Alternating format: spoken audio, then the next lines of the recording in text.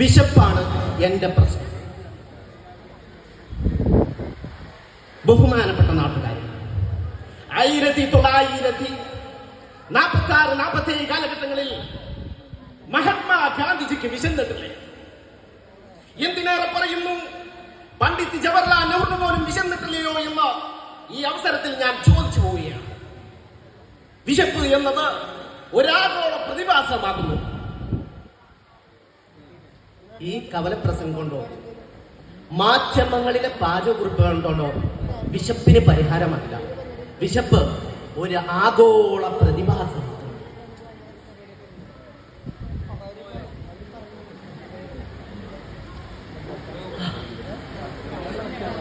വിശന്നിട്ട് വയ്യ. 3 ദിവസമായി അതും കഴിച്ചിട്ട് ജനലൊക്കെ തുറന്ന് നാളുണ്ടെന്ന് തോന്നുന്നു.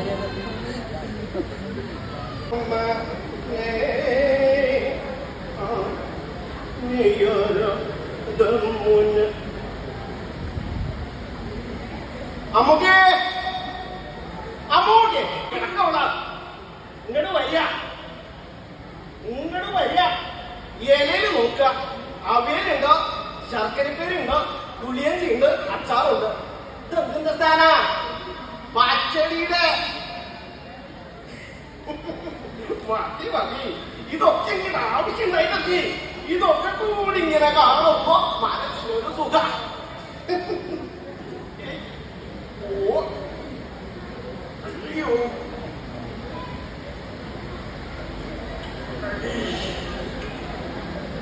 ഓ അയ്യോ,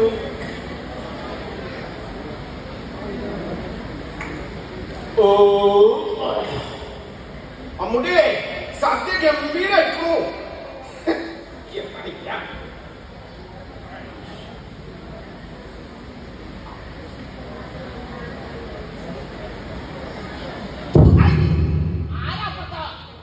ചോറൊക്കെ നോക്കിയിരിക്ക, ആശ്രീകരം അപ്പുറത്തോടെ വരിക.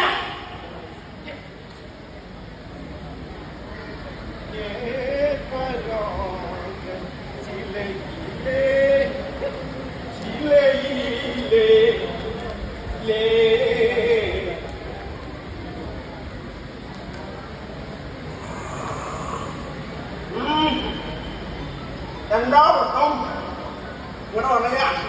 ഇതൊന്നും കഴിച്ചിട്ട് നിന്റെ അമ്മ അസുഖമായിട്ട് കിടപ്പിലാണ്. അച്ഛൻ മരിച്ചുപോയി. എനിക്ക് വല്ലതും കാരണം.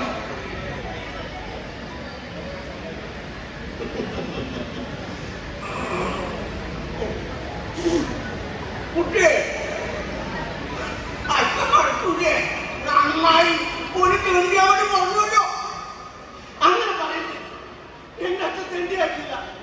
കൂലിപ്പണി ചെയ്ത ഞങ്ങൾ ജീവിച്ചിരുന്നത്.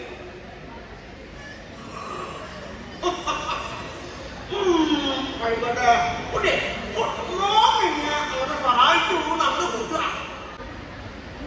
അങ്ങനെ പോവാ.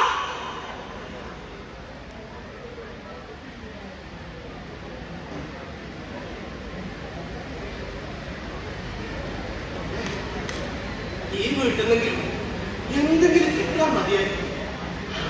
ഗേറ്റൊക്കെ തുറന്നില്ലേ, കയറി നോക്കാം.